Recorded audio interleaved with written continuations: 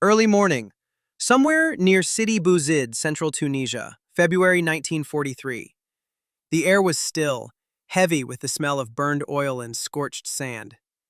A low desert wind whispered through the wreckage of the previous day's battle, a quiet graveyard of metal and ambition.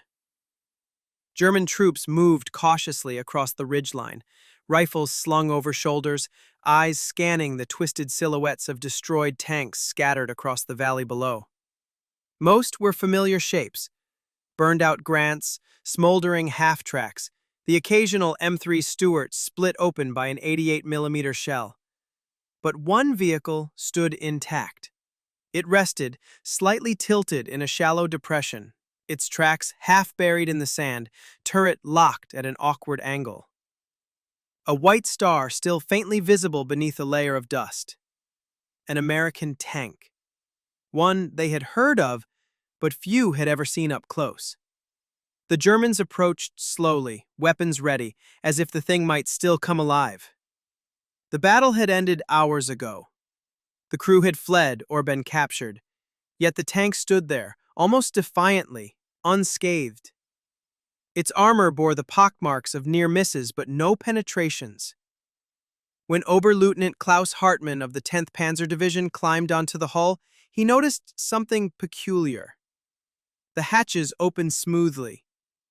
No tools required, no stubborn jammed bolts. Inside, the controls were arranged in perfect simplicity.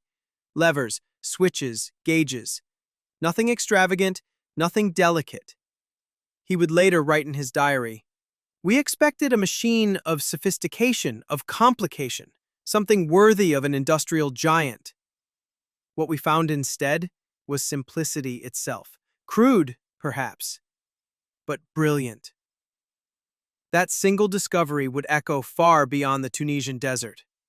What began as a captured tank would become an unexpected lesson, one that revealed the true secret behind American power in the Second World War. When the United States entered the war in December 1941, it possessed no modern tank worthy of the name. The M2 and early M3 designs were stopgaps, built in haste to satisfy the urgent need for armor. They were tall, ungainly, and poorly armed. Yet they were enough to start an industrial firestorm. In less than 2 years, America would build more tanks than all the Axis powers combined. At the center of that transformation stood the M4, the Sherman, designed not for perfection, but for production. The men who built it understood a truth the Germans had yet to learn. In modern war, reliability was as decisive as firepower. A tank that could start every morning, drive 200 miles without repair, and be fixed in an afternoon by any mechanic was infinitely more valuable than a temperamental masterpiece requiring factory attention. The Sherman's genius was not hidden in blueprints or secret alloys. It was in its accessibility. The hull was welded in large, flat plates, easy to produce and easy to repair. The radial Continental engine, derived from an aircraft design, ran smoothly on any grade of gasoline. Its suspension was rugged, tolerant of mud, sand, and snow. Its transmission could be replaced by a crew with a block and tackle in a field workshop. Everything about it was built for use, not admiration. While the Germans labored over precision, the Americans standardized everything. Each Sherman shared interchangeable parts with every other: engines, bogies, road wheels, periscopes. A tank crippled in battle could be rebuilt in hours using spares from another. This philosophy produced a weapon that worked, and it worked everywhere, from the deserts of North Africa to the hedgerows of Normandy and the frozen forests of the Ardennes. By early 1943, the Germans had already begun to notice. The battle that delivered the Sherman into German hands unfolded near Sidi Bouzid during the opening phase of the Kasserine engagements. American armored units, newly arrived and inexperienced, had advanced into exposed positions across open ground. The veteran Afrika Corps struck with precision, encircling 2 combat commands of the U.S. 1st Armored Division. As the smoke cleared, the battlefield was littered with destroyed vehicles. Among them, several Shermans lay intact, their crews abandoning them when ammunition ran low or when German 88s bracketed their positions. A recovery team from the 501st Heavy Panzer Battalion arrived 2 days later. Their orders were explicit: examine all captured enemy armor for technical evaluation. What they found astonished them.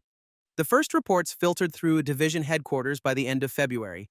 One engineer described the Sherman as a peasant's machine, unsophisticated yet surprisingly effective. Another called it childishly simple. And that, perhaps, was the greatest compliment of all. For years, German tank design had followed a different philosophy, a pursuit of technical perfection that demanded precision machining, specialized components, and obsessive engineering tolerances. The Panzer III, the pride of the Blitzkrieg, contained over 1,500 unique parts, many hand-fitted by craftsmen. The Tiger, Germany's new symbol of armored might, required more than 300,000 man-hours to assemble. The Sherman, by contrast, could be built in less than 10,000. To German eyes, the difference was almost offensive. The American tank seemed crude. Its armor was rolled, not cast. Its interior lacked the mechanical elegance of German designs. The sighting optics were simple, the welds unrefined. And yet, as German engineers soon realized, every decision reflected ruthless practicality. The electric turret traverse system, for instance, a feature the Germans considered excessive, could rotate the gun 360 degrees in under 15 seconds, faster than any Panzer of the time. The air-cooled engine could run with sand clogging the filters where German engines would seize. And when a Sherman broke down, the crew could remove the gearbox in the field using only a few tools. The Germans were not impressed by the tank's complexity. They were impressed by its lack of it. Within weeks, several captured Shermans were transported to German testing grounds in France and at Kummersdorf, south of Berlin. Technicians from Henschel, Krupp, and Daimler-Benz examined every system, measuring armor plates, analyzing metallurgy, and testing the weapon's traverse and elevation systems. The official report, filed under Beutepanzer M4A1, US, contained an unusual tone of grudging respect. The investigators noted that while the tank was inferior in armor and armament to the Panzer V, it possessed exceptional mechanical reliability and a construction method suited for rapid and mass production. More revealing was a handwritten annotation found in the margin of one copy. "If we could build 10 of these for every Panther, we might win this war." That comment never left the file room. The German engineers marveled at the electric starter, the use of standardized bolts, and the modular transmission unit. They could not believe that the tank's transmission was held in place by simple bolts accessible from the front. No special tools, no armor removal required. In their own tanks, such maintenance required a workshop crane and a team of trained mechanics. The Americans had built a tank that any farmhand could repair. At first, the German engineers treated the captured Sherman as a curiosity. A trophy, perhaps. Another example of American industry attempting to imitate European craftsmanship. But the longer they studied it, the more uncomfortable they became. The team at Kummersdorf began by disassembling the vehicle methodically. They recorded every dimension, weighed every component, and traced every wire. Within a few hours, they began to see the hidden brilliance behind the crude exterior. The welding was rough but strong. The armor plates, though thinner than those of a Panther, were well angled, deflecting shots that would have penetrated thicker vertical armor. The ammunition racks were lined with wet canvas to reduce the risk of fire. A small innovation, but one that saved countless crews. The suspension, using simple vertical coil springs, could be replaced in the field without removing the track. Nothing was elegant. Everything worked. To men raised in the tradition of precision engineering, it was unsettling. They found no intricate linkages, no finely machined gears. The transmission housing was cast in one piece, the tolerances broad enough to accept mass production. Any American factory worker with basic training could assemble it. In Germany, that same part would have required skilled machinists, hand-fitted adjustments, and multiple inspection stages. The Sherman's design seemed primitive, but it revealed a terrifying truth. The Americans did not need craftsmanship to produce quality. They had mastered something far more dangerous: efficiency. The lead engineer at Kummersdorf, Oberingenieur Wilhelm Klein, summarized the feeling in his final report. The American method values function above form. The tank is not beautiful, but it performs. It can be built quickly, repaired easily, and operated by men of modest training. This is the true weapon. The process, not the machine. That single observation captured the heart of what Germany was beginning to face in 1943. The war was no longer about who could build the best tank, it was about who could build enough of them. As the war dragged on, the panzer divisions fought battles that were increasingly decided not by armor thickness or gun caliber, but by numbers. The Sherman, with its reliable mechanics and mass production, became the symbol of Allied endurance. German commanders who inspected the captured vehicles could hardly believe the simplicity of their design. Field Marshal Erwin Rommel, during an inspection of captured equipment near El Alamein, reportedly spent several minutes examining the Sherman's interior before shaking his head and saying quietly, "They build for the soldier, not the engineer." The difference was philosophical. German tank crews trained for months before qualifying on their machines. The complexity demanded it. Gearboxes required delicacy, engines needed careful handling, optics had to be protected like jewelry. American crews learned to drive and fight in weeks. The Sherman tolerated mistakes. Its engine started without ceremony. Its systems forgave rough treatment. It was a tank designed for ordinary men, not artisans. At Kummersdorf, engineers attempted to adapt some of its ideas. They admired the one-piece transmission, the use of electric turret traverse, and the quick-release hatches. But in a system obsessed with precision, simplicity felt almost like surrender. The industrial culture of the Reich would not allow it. Instead, German designers went the opposite direction. The Panther was introduced later that year. Faster, deadlier, more complex. It embodied everything German engineers valued: precision, power, and technical beauty. It was also fragile, temperamental, and nearly impossible to produce in sufficient numbers. The Sherman might lose duels against the Panther, but America could build 10 for every one Germany made. By late 1943, captured Shermans were appearing in Wehrmacht service. They were repainted, redesignated, and issued to occupation units and ad hoc formations under the name Beutepanzer M4748A. Crews reported mixed results. The tanks lacked spare parts and ammunition had to be captured, but the machines themselves rarely broke down. In one report from France, a German panzer officer noted with amazement that a captured Sherman had driven nearly 1,000 kilometers without engine failure. He compared it to his unit's Panthers, of which only half remained operational after a similar march. The irony was bitter. The enemy's inferior machine outlasted their best. Meanwhile, the Allies understood exactly what they had created. The Sherman was never meant to be invincible. It was meant to be everywhere. It could climb hills where heavy tanks bogged down, cross bridges that would collapse under a Tiger, and be maintained by mechanics who had been farmers only months earlier. In Tunisia, Sicily, Italy, and Normandy, the same pattern repeated. When a Sherman was destroyed, another took its place within hours. When a Panther was lost, a division might wait weeks for a replacement. For German tank crews, this was demoralizing. Each battle became a war of attrition, one they could never win. They could destroy a dozen Shermans in a day, only to face twice as many the next morning. In the summer of 1943, a German economic officer attached to the Armaments Ministry visited several occupied factories in France. He had studied the Kummersdorf report and wanted to understand how the Americans could produce machines so quickly. What he discovered was shocking. The Sherman's parts were not made by tank factories alone. They came from automobile plants, refrigerator companies, even typewriter manufacturers. Every component was standardized to fit perfectly no matter where it was produced. German factories, bound by rigid specialization, could not replicate this.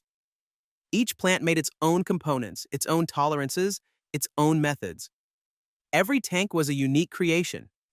The Americans had turned war production into industrial harmony.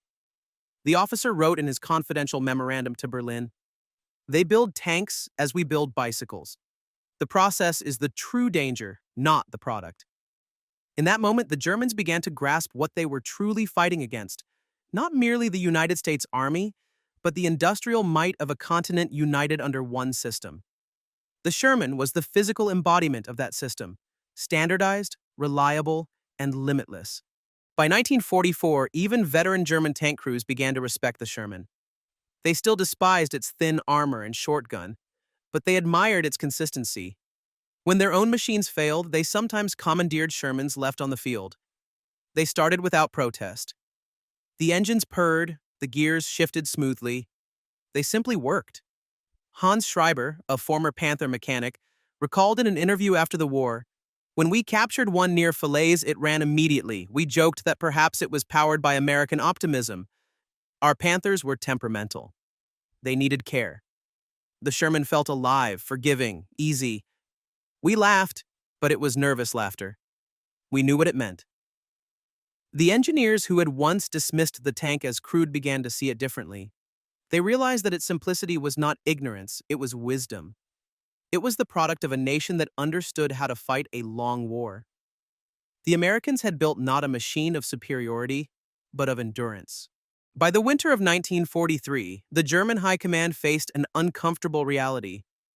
The reports from Kummersdorf, from the field, and from intelligence officers in France all pointed to the same conclusion.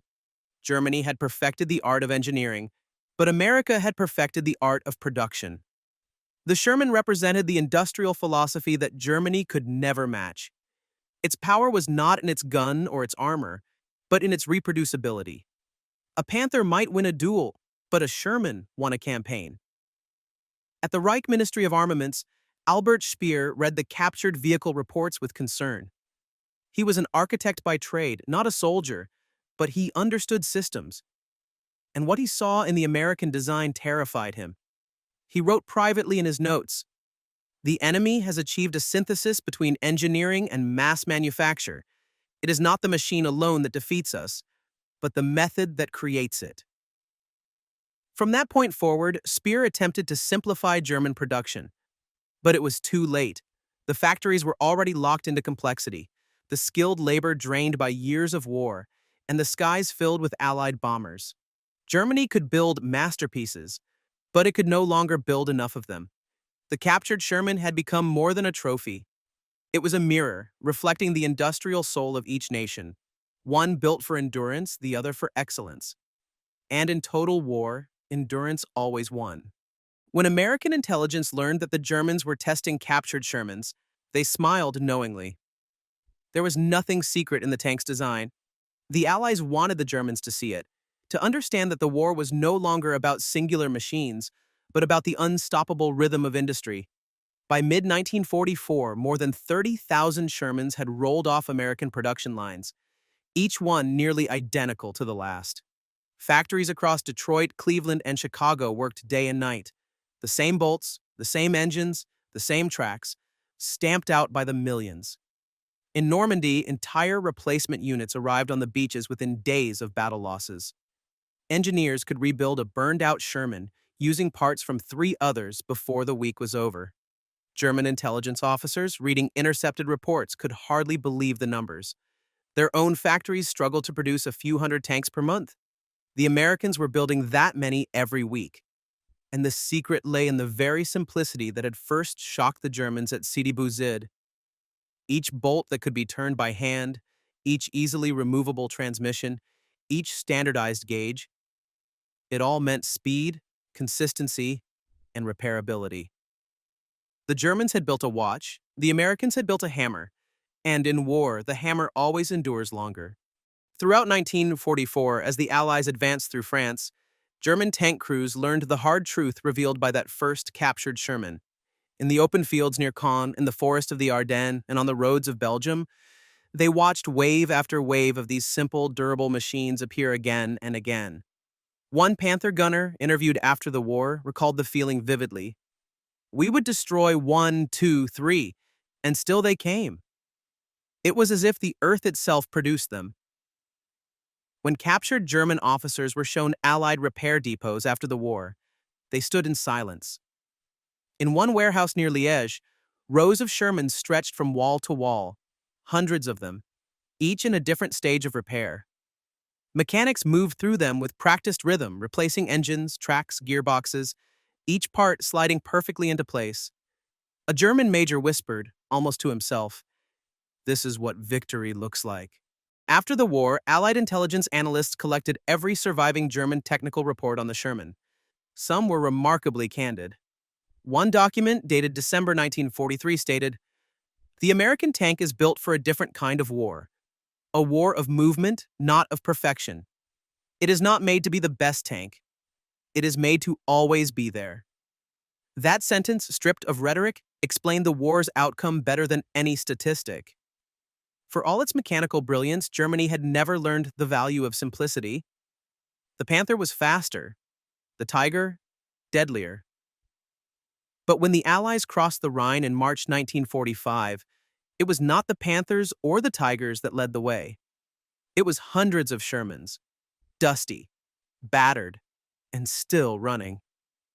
The Germans who had once laughed at their simplicity now walked past them as prisoners.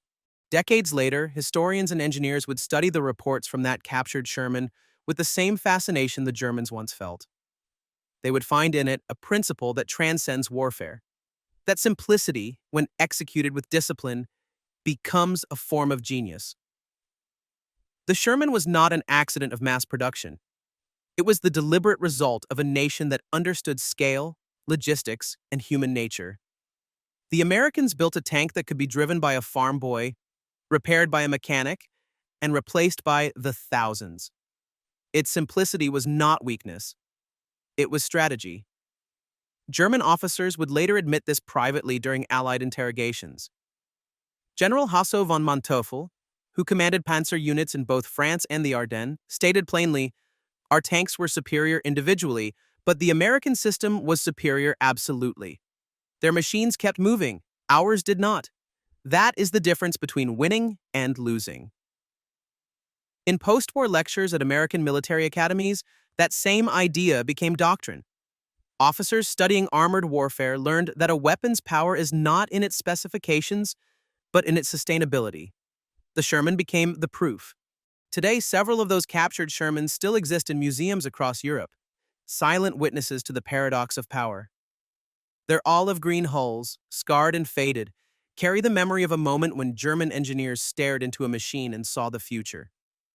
At Kummersdorf, the original test reports remain preserved in faded, typewritten pages. The annotations, still legible in pencil, tell their own quiet story. Circles around phrases like ease of maintenance and low precision required. Each note is a small admission of defeat, the recognition that technical superiority had been outmatched by industrial pragmatism. Visitors who walk past those machines today rarely notice the difference between them and the countless Shermans that served across the world.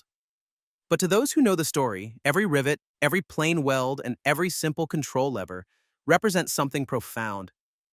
A nation that understood that victory belonged not to the perfect, but to the practical. War often celebrates brilliance, the daring general, the revolutionary weapon, the decisive victory. But beneath every triumph lies a quieter truth. The side that endures wins. When German soldiers first climbed into that captured Sherman in Tunisia, they expected to find an inferior machine. Instead, they found a philosophy, one that valued simplicity over elegance, reliability over refinement, and production over perfection. It was a revelation that came too late to change the course of the war, but it changed forever how wars would be fought. The Sherman proved that in the age of machines, victory belongs to those who can keep moving. Not those who build the most exquisite machines, but those who build the most sustainable ones. The German engineers at Kummersdorf could not have known it then, but the simple American tank they examined under fluorescent lights in 1943 was not merely a weapon.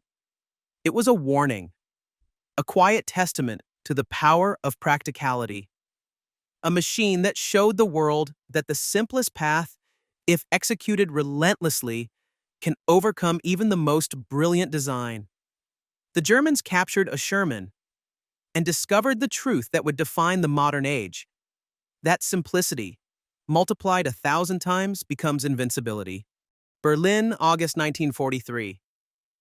In the vast marble corridors of the Reich Ministry of Armaments, the air was thick with smoke and argument. The captured Sherman had become the subject of an unexpected storm. Engineers from Krupp and Henschel gathered around tables covered with sketches, blueprints, and test reports from Kummersdorf. The conversations were technical, but the undertone was unmistakable. Pride wounded by pragmatism. Oberengineer Wilhelm Klein, who had led the inspection team, spoke first. "The Americans have built a tank to win a war, not to impress engineers," he said flatly. "Every part, every component is designed for quantity." A senior designer from Krupp, red-faced and indignant, slammed his fist on the table. "Quantity without quality is chaos. Precision wins battles, not factories." The argument spilled into philosophy. The German engineers viewed their craft as art, each tank a masterpiece of steel and precision. But Klein understood what the others refused to see. "We cannot build fast enough, Wes," he said quietly. "They can lose 1,000 and replace them. We lose one and feel it." His words hung in the air. No one replied. Because deep down, they all knew it was true. Late summer 1943. At Kummersdorf, under gray skies, the Germans conducted one of the most revealing trials of the war. Side by side, they placed a captured American M4A1 Sherman and their own Tiger Y. It was not a contest of firepower. It was a test of movement. Both tanks were ordered to complete a 50-kilometer endurance run over mixed terrain: road, mud, grass, and shallow water crossings. Each would be monitored for fuel consumption, engine temperature, and mechanical reliability. The results stunned the observers. The Tiger, massive and powerful, broke a track within 20 kilometers. Its transmission overheated soon after, and it required 2 hours of repair. The Sherman, lighter and less imposing, completed the run without a single failure. Its fuel consumption, while higher per mile, was consistent, predictable. When maintenance crews examined both vehicles afterward, the Tiger's mechanics worked in silence, drenched in sweat. The Sherman's team smoked cigarettes and wiped the dust from their overalls. Klein's final note from that day read simply, "The Tiger is a king. The Sherman is a worker. Kings are rare. Workers are endless." Thousands of miles away, at the Detroit Arsenal tank plant, similar reports reached the engineers who built the Sherman. They smiled knowingly. They had expected the Germans to laugh. The Sherman was never meant to outmatch the Tiger in single combat. It was designed to outlast it in every campaign. American engineer Harold H. Young, one of the men responsible for the M4's production tooling, later recalled, "We knew the Germans would make theirs perfect. We made ours simple. We wanted a tank that a farmer could fix with a wrench." At the Ford River Rouge complex, where molten steel flowed day and night, the philosophy was visible in motion. Tank hulls rolled down the line like cars. Assemblers fitted engines, gearboxes, and turrets in less than a day. A single factory could produce what would have taken the Germans a month. One American foreman put it bluntly to a visiting British officer in 1943. "They can have their masterpieces. We'll bury them in good enough." And that's exactly what happened. The lesson of that captured Sherman played out across every front in 1944. In Italy, the mud-choked valleys around Cassino saw Tigers immobilized before the battle began, while Shermans clawed through the terrain. Mechanics worked all night in rain and darkness, cannibalizing parts from wrecks. By dawn, the column moved again. In Normandy, after the beachhead was secured, fuel trucks poured in day and night. Each Sherman drank greedily but kept moving. Panthers waited for spare transmissions that never arrived. German commanders watched as entire armored formations sat idle because of missing parts. At Mortain, when German armor counterattacked, American tankers faced Panthers at point-blank range. Many Shermans were destroyed. But reinforcements arrived the next morning, identical tanks with crews just as determined. German reports described it in disbelief. Their losses appear to mean nothing. Each day, the same numbers return. The battle was no longer between tanks. It was between systems, one sustained, one collapsing. When the war ended, the captured Sherman's reports were stored, forgotten for years in dusty archives.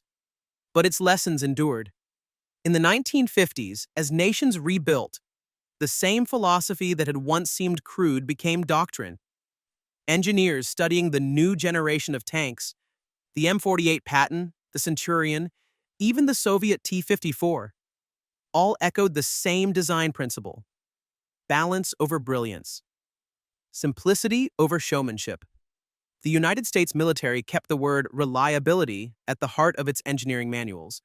A tank that could not reach the battlefield, they taught, was not a tank at all. The irony was deep. The Germans, who once mocked the Sherman's simplicity, would later adopt it. The Leopard 1, born in post-war West Germany, abandoned the obsession with heavy armor and intricate mechanics. It emphasized mobility, reliability, and easy maintenance, the very virtues first seen in the American machine they once ridiculed. The captured Sherman had left its mark not through destruction but through imitation. In the quiet halls of the Kummersdorf archives, where the German engineer's notes still rest, one line remains underlined in fading pencil. Simplicity is the highest sophistication. It could have been written by Leonardo da Vinci, or by an exhausted German officer staring into the open engine bay of a Sherman in 1943. That captured tank did not just change opinions, it changed understanding. It showed that the future belonged not to those who built the perfect machine, but to those who built the possible machine, the one that could be produced, repaired, and trusted in the hands of ordinary men. In the ruins of 1945, the lesson was written not in ink, but in steel. A battlefield littered with abandoned German giants and endless columns of American workhorses still rolling east. The Germans captured a Sherman and discovered not how to build a tank, but how to build a war. Long after the guns fell silent, that single captured tank remained a quiet monument to the turning of an age. It stood under a canvas cover in a Kummersdorf warehouse, forgotten by history, but never by those who had seen it. When Allied troops reached the test facility in 1945, they found the Sherman still parked neatly beside a rusting Tiger, the two machines that had defined the war, one through fear, the other through endurance. American officers who entered the facility later described the scene with quiet wonder. The German engineers had labeled everything meticulously. Every bolt, every switch, every cable of the Sherman had been cataloged as if they were trying to understand not just a machine, but a way of thinking. The final entry in the German test log was dated April 14, 1945. It read only, "No further tests possible. Situation unstable. Recommend preservation of specimen for post-war study." That recommendation would never be carried out. The war ended within weeks. The engineers vanished into the ruins of a defeated nation, but their notes survived, a record of astonishment, respect, and reluctant admiration. In the decades that followed, those pages resurfaced in archives, their type faded but still legible. Historians studying them found something more than technical analysis. Between the lines, they found emotion, the tone of professional pride giving way to reluctant acceptance, that the war had not been lost to better soldiers or tactics, but to better planning, better logistics, and better understanding of what truly matters in warfare. Even today, when engineers study the design of modern armored vehicles, the echoes of that moment linger. They see it in the simplicity of maintenance layouts, the ease of crew access, the modular repair systems, all direct descendants of the ideas born inside the Sherman's welded hull. Its spirit endures in every vehicle designed to keep moving long after the elegant ones have stopped. At Fort Moore, where one of those captured Shermans now rests beside its old adversary, visitors often walk past without realizing the story they tell together. Two tanks, built by two philosophies. One an engineering marvel, the other a practical miracle. Both products of genius, but only one built for the world as it truly is. And in that silent hall, under dim museum lights, the lesson remains clear. Wars are not won by brilliance alone, nor by the machines that look most impressive in parade formation. They are won by the engines that start every morning, the tracks that keep turning, and the workers who can build another one tomorrow. The Germans captured a Sherman and believed at first that it revealed weakness. In time, they realized it revealed something else, a kind of strength they had never valued. The quiet power of simplicity, multiplied by a nation that refused to stop moving. The machine they once dismissed became the teacher they never forgot. And in that truth lies the final paradox of war, that the most unremarkable machine on the battlefield can end up shaping the very future of warfare itself.